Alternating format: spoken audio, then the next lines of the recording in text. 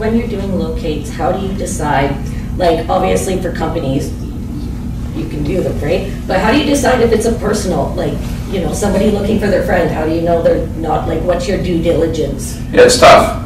It's a great question too. My personal process, and one that we train, we have a program specific for managers when it comes to interacting with clients, best practices, if you will. You get a feel for it, you know.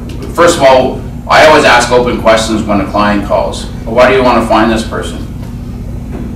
Let them speak, right?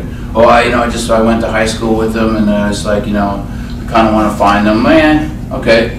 Or I just want to find them. The one that gets me most of the time is most people will repeat the reason what they want, not why they want it. So they keep repeating the reason. I'll say, listen, that's the reason, not the why. Why do you want to find this person? And I hold them accountable to it. And personally, if I don't like what I'm hearing, pass.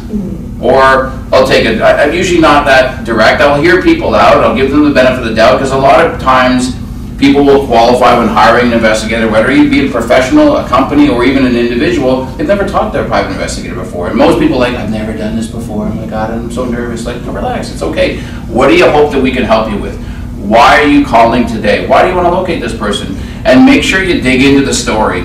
You can't police your clients to the point where you're investigating them to see whether or not their motives are real. You have to use some common sense and some history, and experience plays a lot to do with that. So do you put, then do you put a special clause in like your retainer letters, or just to say like that you can't be held responsible, or that if you find out they're lying, or?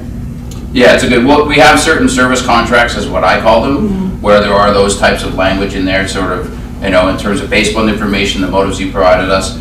But we do it over the phone. It's not contractually, because it's transactional, right? So it's open source. So keep in mind, right? Yes, there's a component of you want to be on the right side. At least I do, and most of us feel that, you know, we want to be on the right side of people's motives. Why are you doing this? Make sure that you're providing a solution, and that's where, why is it? If I feel people have motives, the best example where I think from the ethical standpoint comes into play is where, you know, oh, the husbands and wives. So that's where it can get sort of, you know, motive concern. And a classic one is, oh, I've been dating this person for, usually don't say for how long. They're like, oh, I want to know, you know, if they're legit, or are they who they say they are. They go, how long have you been together? Well, 3 months. I'm like, 3 months. I'm like, it's not very long. You know, why is it? Well, you know, blah, blah, looking for the underlying reason. And a lot of people personally, when it comes to their personal lives, they're not really going to give that information up straight away. So you have to be patient. You have to be, you know, sincere with them as to, listen, we want to make sure that we're providing solutions to people, not part of the problem. And in many scenarios, in that scenario, we'll say no eventually. No, we won't do it. Why? Here's my example to them as to why. You've only been in a relationship for 3 months.